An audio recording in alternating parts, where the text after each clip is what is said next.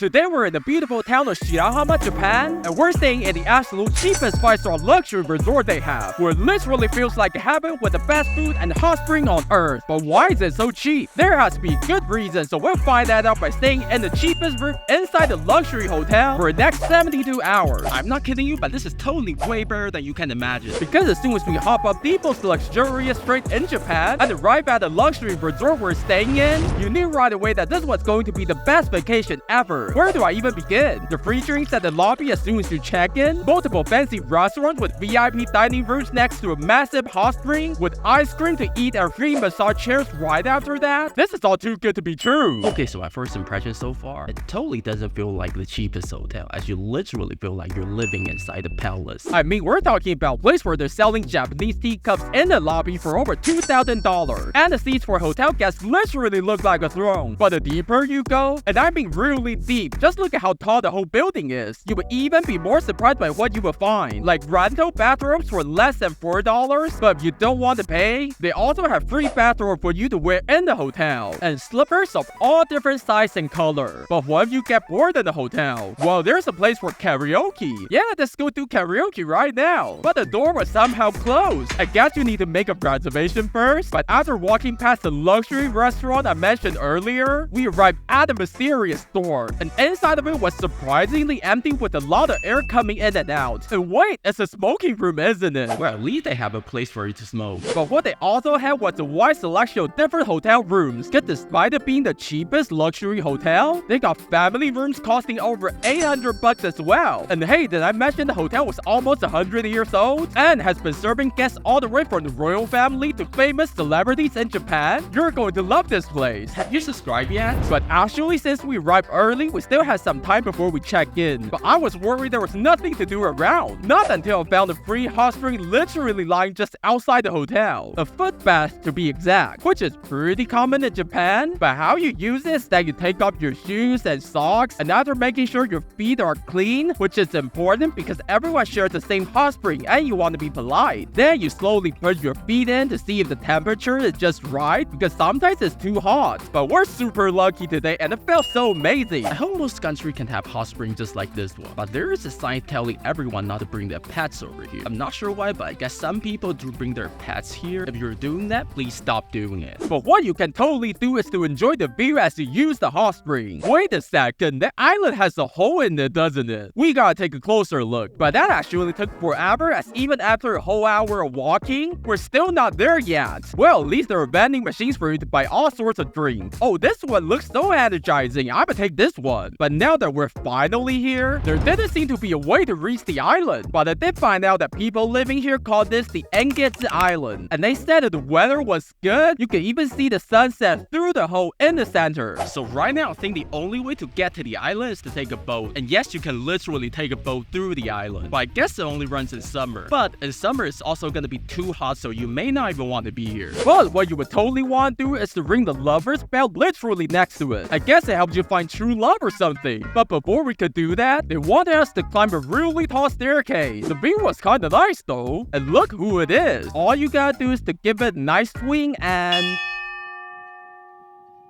I guess now we'll see how that works out. Oh, and there's also a tiny shrine next to it deep inside the cave, which almost felt like a dungeon. But at the end, we arrived at the shrine, and I decided to donate all the money I had. But speaking of Japanese shrines, now we're at the biggest shrine in the town. And it's so old, nobody even knows how old it is. But many people come here to pray all the time, so we're going to do the same. And at the top of the shrine, they're offering Omikuji for only 100 yen, which is like a special piece of paper that tells you about your future, like whether you have good luck, bad luck, and sometimes even really good or bad luck. So now I'm sure you're curious what's inside this thing. Well, when we get to the hotel, we're going to find that out. Because right now we're checking out the cheapest hotel room inside the cheapest luxury resort in the town. And the first thing you would notice would be the size of the room, as it was way bigger than you would have imagined. I mean, for $50 a night, this is really impressive. But let's see what's on the bed. A pair of free socks ready to wear, but the shape is a little weird, so I'm just gonna wear them as a glove or a hand puppet. The Japanese bathrobe was the same as you saw earlier in the lobby, but the texture is pretty smooth and super comfortable to wear. The same could be said for the bed as well, as it was soft and bouncy, and the bed sheet was one of those fluffy and warm winter bedding. The same goes for the pillow. But is it clean enough though? Let's check under the mattress to find that out, and as expected, everything looked perfect. And you can even charge your phone directly from your bed, which is always nice to have. Just like the traditional Japanese Hakama they have for you. I believe samurai used to wear this back in the day because it's so easy to move your shoulders around. That's totally a thumbs up. And slippers of 2 different colors for you to wear. But the hangers they had in the room were pretty unique, as you could literally spin them around like a helicopter. But nothing beats what I found next in the room, because I've never seen a hotel with this many lotions. Whoa, they even have free body lotion for you. Totally not expecting this in the cheapest hotel.